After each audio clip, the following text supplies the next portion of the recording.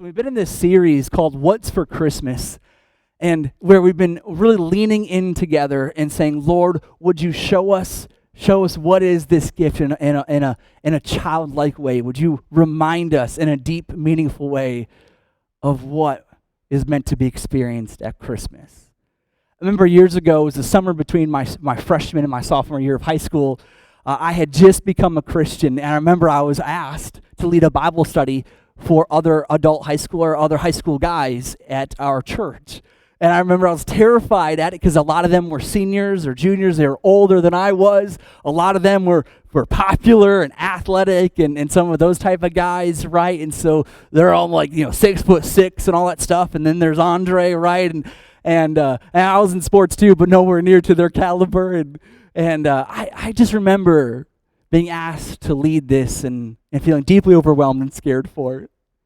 I remember even at our first Bible study, and we, all of our student groups would meet at the church, and we'd have our Bible studies. And I remember we got into our room, and our youth pastor had wandered out, right, to go do his thing. And I remember I'm there in the room with these guys, and I wanted, of course, them to like me, right? And so I remember one of them mentioned, like, hey, you know what'd be great for a Bible study? If we had some KFC. And I'm like, that's a great idea. So we snuck out of the church. I don't know if our youth pastor ever knew.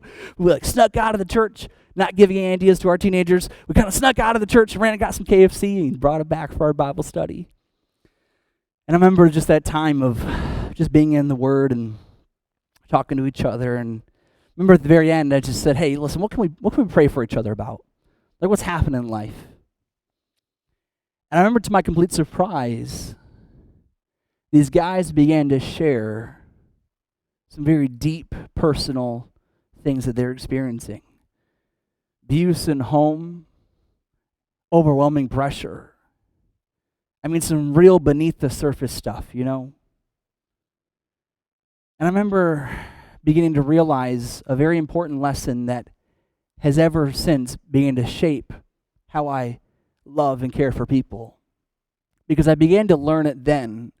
And then when I got into college, same thing, getting to spend time in dorm rooms, having Bible studies with these athlete guys. And there I was, right in their room, talking to them about faith. And again, hearing these weight of the world things that they're walking through. And the deep pain that they're still carrying. I remember even the years after, getting out of college and getting to be in ministry, getting to be a pastor in a church. And I remember getting to spend time with adults. And there were some who were young like myself who were newly married. There were some who were a little older that had teenagers that were in high school. There were some that were even a little older than that, had recently retired. I remember spending time with people. And again, to my surprise, hearing over and over again about some troubles. That's one of the things I really love about being to be a pastor, because people are willing to say, yeah, can you pray for me about this? And they know that I will. And the lesson I began to learn has been one that has shaped the way that I care for people when I'm at the gas station getting fuel.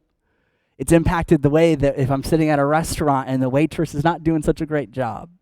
It's began to impact the way that I get to love and care for those who are a part of our church and those outside. But I began to learn that most people are hurting. Most people are hurting. Even though we walk through life and we're good at kind of tucking it to the side. We're good at kind of keeping it under management, under control. The reality is that most people at that moment of meeting me or meeting you are struggling. There's pain, there's hurt in their life. And I bring this up, church, because as we find ourselves the week before Christmas, as next Sunday morning, some of our kids will come running into our bed saying, "Wake up, Santa came, wake up!"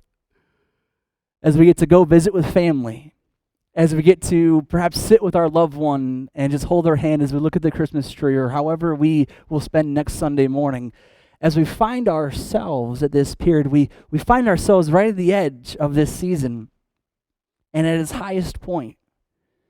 And the reality is yes, Christmas brings joy and it brings celebration. It brings again, more and great memories that we get to create. It puts smiles on our face and warmth into our heart. But there's also something, too, that I deeply believe God is looking to do in this season that sometimes we miss. And it's actually something central to the biblical story of Christmas. Because there's something that happens, and you'll know as we read it together, something that is so essential. And there's phrases that even we do to kind of poke at this and explain it and say it with one another. But I'm afraid that perhaps we've been missing it. Been missing it, church. And so maybe this Christmas season, you're not hurting. Maybe you are. And this morning, I believe as we lean into this story, God will show you something new and filling. We're going to begin in Matthew chapter 2, because what happens after Jesus is born, some unexpected guests begin to be invited in. The first folks we read about are in Luke chapter 2, and we've talked about them already, where God sends an angel out to a field, and he tells these shepherds, he says, hey, listen, come in. Listen, the Savior has just been born, and he's lying in a manger, right? Go see him. And they go, and they're celebrating. It's exciting, and I hope you again read Luke chapter 2 next Sunday morning with your family. But this morning, we'll read about some other guests that were invited. They came a little bit later. But you see, what God does is he puts up in the sky a signal light to get their attention. Read it with me. After Jesus was born in Bethlehem in Judea, during the time of King Herod, Magi from the east came to Jerusalem and asked, where is the one who's been born King of the Jews? We saw his star when it rose and have come to worship him. When King Herod heard this, they were disturbed, and all Jerusalem with him. When he had called together all the people's chief priests and teachers of the law, he asked them where the Messiah was to be born. In Bethlehem, in Judea, they replied, for this is what the prophet has written. But you, Bethlehem, in the land of Judah, are by no means least among the rulers of Judah, for out of you will come a ruler who will shepherd my people, Israel. And what's astonishing in this moment, sorry it's being goofy again. Well, this morning, what's astonishing in this story is that God sends into the world a way of getting the attention of folks who are quite shockingly invited into the Christmas story. As God sends into the sky this bright and shining star, it doesn't gather the attention of anyone around or close by, but folks who are really, really, really far away. These magi from the east, which likely means they came from modern day Iraq or Saudi Arabia.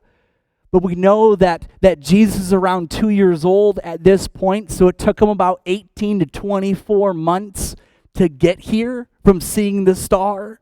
So it was quite a journey. And they arrive to Jerusalem and expecting of all places to find this newborn king in the castle, but he's not there. And even when they're knocking on the door and they're asking Herod, where on earth is this new king that has been born? They scratch their head, they run around, they chase their tails trying to figure out what do they mean, what is happening. Even Herod himself gets kind of frustrated and a little angry, like what is happening? He gets jealous and envious. I mean, when you continue to read this story, what happens is he later on begins to kind of kill a lot of the 2-year-old, 3-year-old children, just trying to take out this newborn king in the world. It's terrible, terrible. And then what we see happen is these magi are sitting there wondering. They've traveled a long way. What a beautiful family. They've traveled a long way. Hey, just for now, I'm going to turn this guy off, all right? Because it's being silly for some reason. We'll try to work with it later.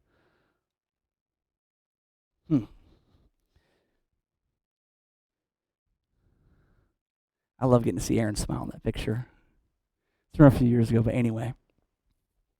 But friends, so you guys don't have to worry about it anymore, since I just turned off the projector, so we don't have to worry about it anymore, all right? So cool. So sorry there's nothing there. You just get to look at me. I'm sorry. That's terrible. Right? That's the worst right there.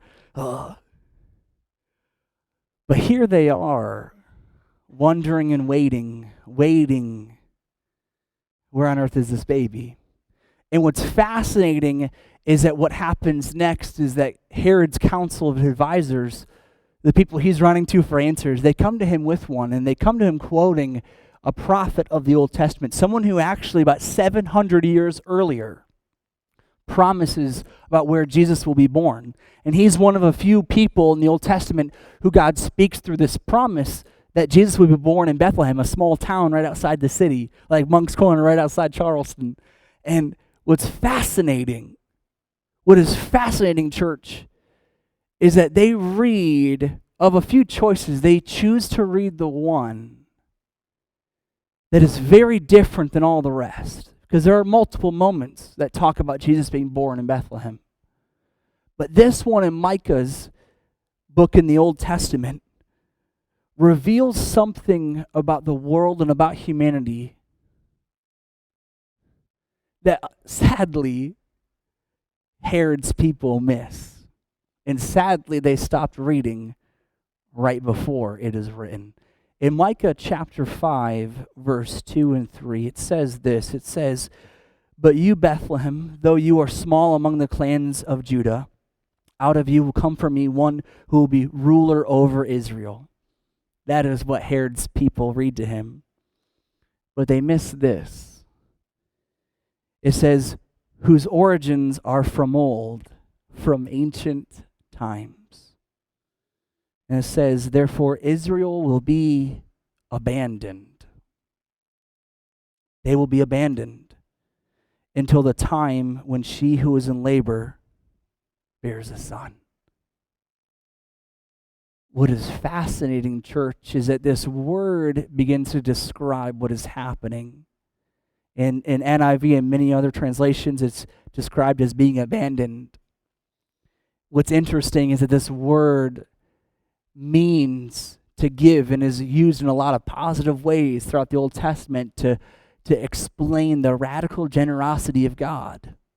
When it's used in the positive way, it's used a lot in Genesis when God is giving to Adam and Eve, and it's used a lot throughout other parts of the Old Testament when God is giving and giving to his people.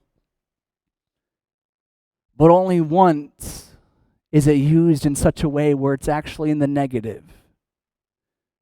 And to grab a hold of the best explanation of what is happening, it is written for us in English, abandoned. And what is essential for us to begin to understand is that abandoned doesn't just explain the external situation of where the Israelites found themselves, but it rather begins to especially explain the internal condition of their hearts and soul. While they themselves caused for their own abandonment, they themselves ran away from God. But as it is written to us, it explains that humanity is sitting on the edge of their seats, experiencing being greatly abandoned and waiting for God to step in. And then Jesus comes into the world.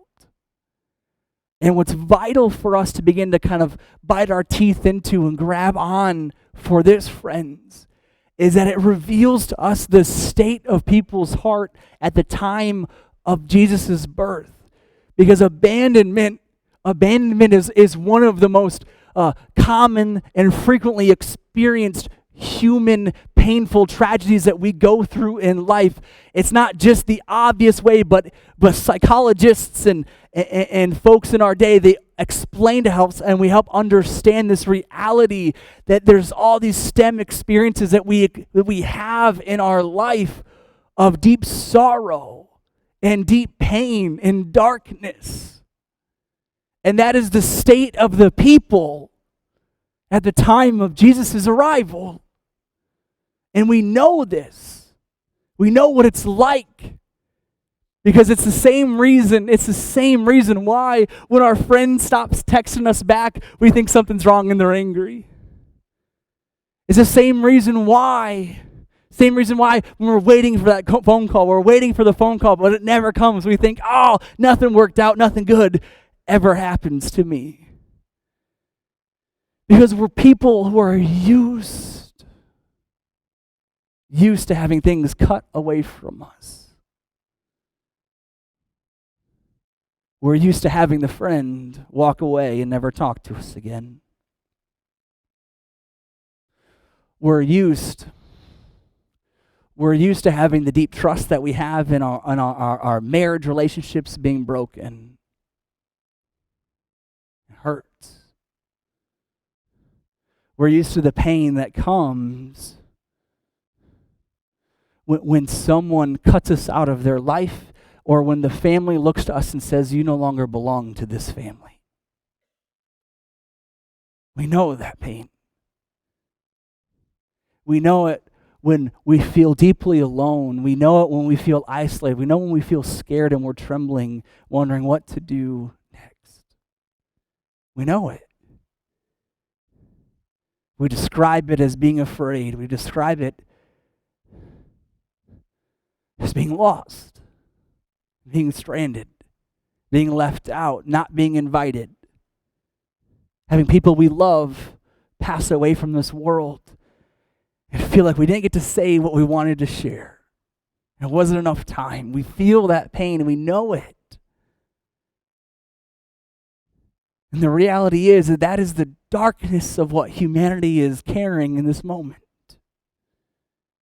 And what is astonishing, church, is that just as someone's head begins to go under the water and their arms feel the grasp of a life preserve being thrown to them, and that last moment hope is given to them, in the same way Jesus came into the world at its darkest, loneliest hour.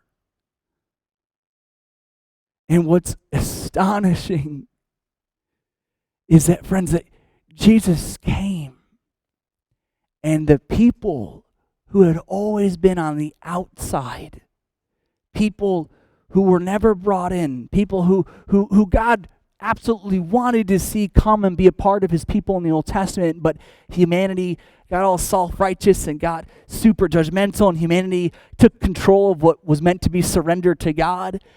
But Gentiles of the world, left on the outside of God's love and his ways, are now the first people, one of the first people, friends, invited into this moment. And what I hope we begin to realize together is that just as Christmas is a time where we celebrate, and it's just as a time to bring joy into our lives, understand that Christmas is meant to be a time where God aims to bring healing to those who are hurting. Because the light of the world has come. We sing about it. We know the phrases, but understand that when all hope had gone out, when the darkest of days had come, that's when the star beamed into the sky, catching the eye of those thousands of miles away. And I pray, church, that we would begin to understand this and allow God to begin to bring some of his healing work within us in this season. Because we can gather with our families, we can wrap the presents or open them and rip them to shreds, and smiles may come, smiles may be pretended, but understand that as we celebrate our King being born, we're celebrating that peace and hope have come for those who have none. For those who have none. Most people are hurting. Maybe you're in a season of being most people. I'm wondering, when will our days be around the corner? When will things be different? When will things finally change? And I tell you, that is a part of the experience of what God is looking to bring about in this moment. Because the star beamed as those who were outcasts were invited in. Hope was brought to them. Peace was brought to them. A feeling of knowing God was brought to them that they had never known. And understand that these magi, understand, church, that what's fascinating is that God used a means of communication that would be unique for them. Because all the time throughout the Old Testament, God explains to humanity that zodiac signs and horoscopes and astrology and gemstones and things like that often humanity looked to connect with the supernatural and the divine, those are all meaningless ways. And God tells us that all the time. But it's fascinating that he kind of breaks his own rule a little bit to get the attention of folks as he puts in the sky a star. He explains in the Old Testament there are a lot of moments where it says that a star of Jacob will come as when the king is born. And some of the Old Testament folks believed it was kind of figurative, but God's like, no, I meant it in a literal way. These magi are called magi because they likely dealt with sorcery. The same words used to describe them are the same words describing to the people in the book of Acts who the early church leaders bring the news of Jesus to, Simon the sorcerer, some of these other guys. The same words describing them describe these guys, and yet they, people who others look to for direction, misguided direction, people who often were dispensing wisdom to the world, or even empty themselves, and brought into this moment to meet the King, the one true God. Wow. And friends, my encouragement for you this morning is maybe again you're one of the most, is perhaps this morning we can change around some gears inside of us and become people who look to God with an earnest hunger. Look to God with an earnest hunger. Herod missed all of it. He was consumed with himself. He was ego-driven. He was more focused on protecting his way of life. But these men from afar came in knocking on his door, and he even missed the sign. Sometimes we ask God for a sign to get our attention, and even when he does, we ignore it. Well, that's not good enough. I'm going to keep on going on. That wasn't convincing enough. But here Herod gets a sign, and he totally oversees it. And he misses the chance to meet the real king of the world. And friends, I wonder if maybe we can begin again to be like children who go to their parents' pant leg and tug on it to look up. Nora, oh my goodness, Nora, when she's hungry or when she's wanting something, she'll tug on my pant leg and be like, Daddy, can I have this? Please. Please. You can have anything you want, baby girl. She knows that she needs me. That she can't get it on her own. And maybe it's time that we stop thinking that we can handle this pain on our own. Because like tattoos, they never disappear. They just fade as we get older. Understand that is one of the dreams of what God is looking to bring about in your life at this time of the year. And it's not found in wrapping paper. It's not found in a tree or really cool lights. It's found in looking to God with an earnest, hungry heart. Understand that being hungry doesn't always know what we want to eat, but it means that, Lord, I'm hungry for you. I'm hungry for you, God. I love what Jesus says in Matthew chapter 5 when he's explaining to his disciples and explaining to people about what it looks like to receive blessings from God. He says this, he says, blessed are those who hunger and thirst for righteousness, for they will be filled. Wow. What a great promise. those who hunger and thirst. Sometimes we approach God and we're not really hungry, we're already kind of full, and so we kind of are a little bit picky with him. I wonder what it would be like if we began to be people who were starved again. Starved, saying, Lord, I need you. Oh, I want you. In January, and when we come back together on January 8th for our first Sunday of the new year, after our outreach event on the 1st of January, we're going to be beginning a series called Starved, talking about being people who are desperately hungry again for God in their life. And then starting on January 10th to the end of the month, we're going to begin 21 days of prayer and fasting as a church. And we'll talk through what all that looks like, and we'll get into that later. But I believe we are due for a season of emptying out the junk, the things that kind of fill us up, some of the artificial nonsense, and being starved again for God to work. A fresh filling, new life within us. Friends, I urge you, see what the Magi do. Is they came hungry, and understand that they fell down and worshiped the toddler they then found. Because here's what comes next in the story. After they are told where to go and find him in Bethlehem, they then continue on their way, and it says this in Matthew chapter 2, verse 9. Listen along with me.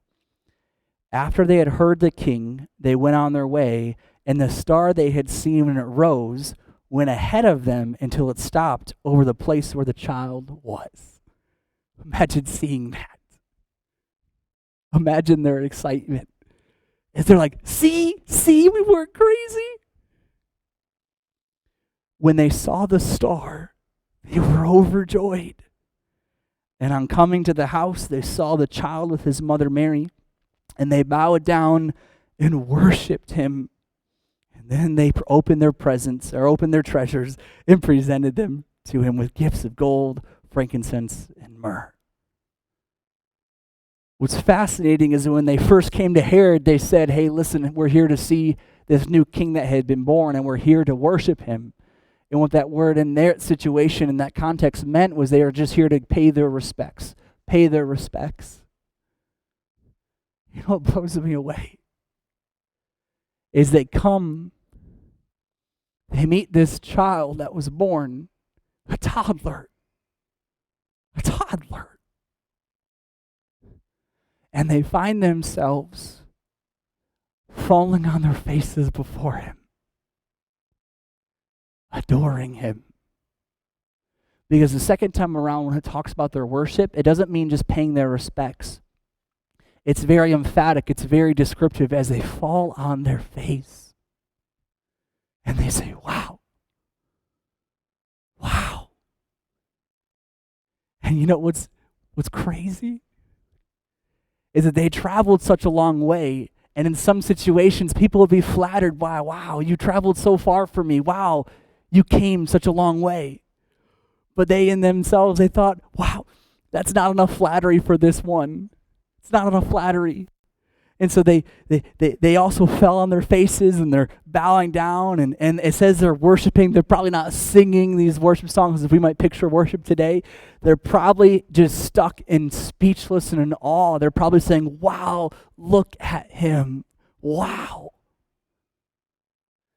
And then they begin to give him gifts, and they're not gifts that are unique back to their homeland. They're ones that are a little more common around the whole region.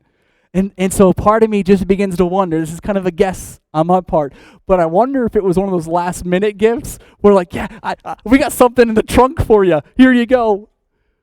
Because the distance they had traveled wasn't enough flattery. Their falling on their faces before him wasn't enough respect. They said, listen, this is all we got. Here you go.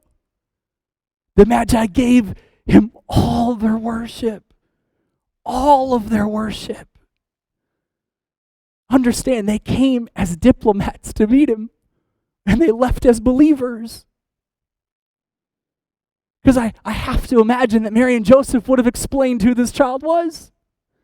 Because they, in their own heart, they knew something was different. They saw the star, and they saw it move again. They knew it was divine. They knew it was something beyond they had ever seen. They traveled thousands of miles. Took them 2 years to get there. They knew it was different. Friends, they gave him all his worship. And I just imagine in our seasons of being without hope, in our seasons of being without peace, I wonder what it would be like for us to begin to kind of realign some things inside of us and just begin to call out praise to God. And moments when we find ourselves stranded, just to say, Lord, you are good. Lord, you are holy. Lord, you are my King. You're the King of the world. Calling out praises, calling out gratitude. Thank you, Lord. Thank you for how great you are. Thank you for your love. Thank you for never walking away. God, thank you for never giving up on me. Calling out praises and thankfulness to God. Imagine if we stopped being people who gave God a thank you based on good circumstances, but gave him thank yous all the time. Imagine what that would change. Imagine how the contentment of our soul would change. We'd stop being driven by the circumstances around us, but we'd have a filling of the Holy Spirit inside of us, because that would be our strength. He would be what would sustain us. He would be what would keep us grounded and firm. Imagine if we became people like that. I remember growing up as a kid, I would see my grandmother often talk about how grateful she was for God. We didn't go to church a lot as a kid. We would sometimes join them for Christmas and Easter. But going over to their home, I would hear often from her how God is so good. Thank you, Jesus. Praying for him to do this. And even in the season of her life where her health greatly declined and she became very ill up until her last day, as she remained grounded. And I just began to wonder, what if we became people like that? And the audience around us, I say audience because our children are watching. Our grandkids are watching. Our neighbors are watching you. I mean, not my neighbors. I mean, your neighbors are watching you. Coworkers are watching. Family. And I urge you. Maybe in this time as you celebrate Christmas, as you look to God with an earnest heart saying, Lord, help me with this. Lord, would you do this? Would you please bring about your way? Would you heal the scars? As we bring our anxiety, our worries, our depression, the things inside of us to him, and we'd voice them to him over and over again. Saying, Lord, my heart is hungry for you, nothing else. Hungry for your word. Then we'd read the Psalms. Understand that the largest book of the Bible, the book of Psalms, a lot of it is about people wondering, God, when are things going to get better? That is the majority of the Psalms. Is David and Solomon and many other people are saying, Lord, where are you? Because it's getting dark. I can't hold out much longer. Understand, a big portion of the largest part of the Bible is in there for us to read and find great encouragement in. So read it. Have a heart that is hungry. And in the midst of our hunger, in the midst of our chasing and seeking and looking for him, as we read about their praise, as we read about their worship, would we too prostrate ourselves in the same way and say, Lord, even when I find myself without faith, I am still reminded that you don't give up. Lord, even when I find myself at the edge ready to walk away, Lord, you aren't ready to call it quits. Lord, when you found yourself in the darkness of the world, living among us, you brought such hope to people. Would you do that for me? Would you do that for me? Would you pray with me, church?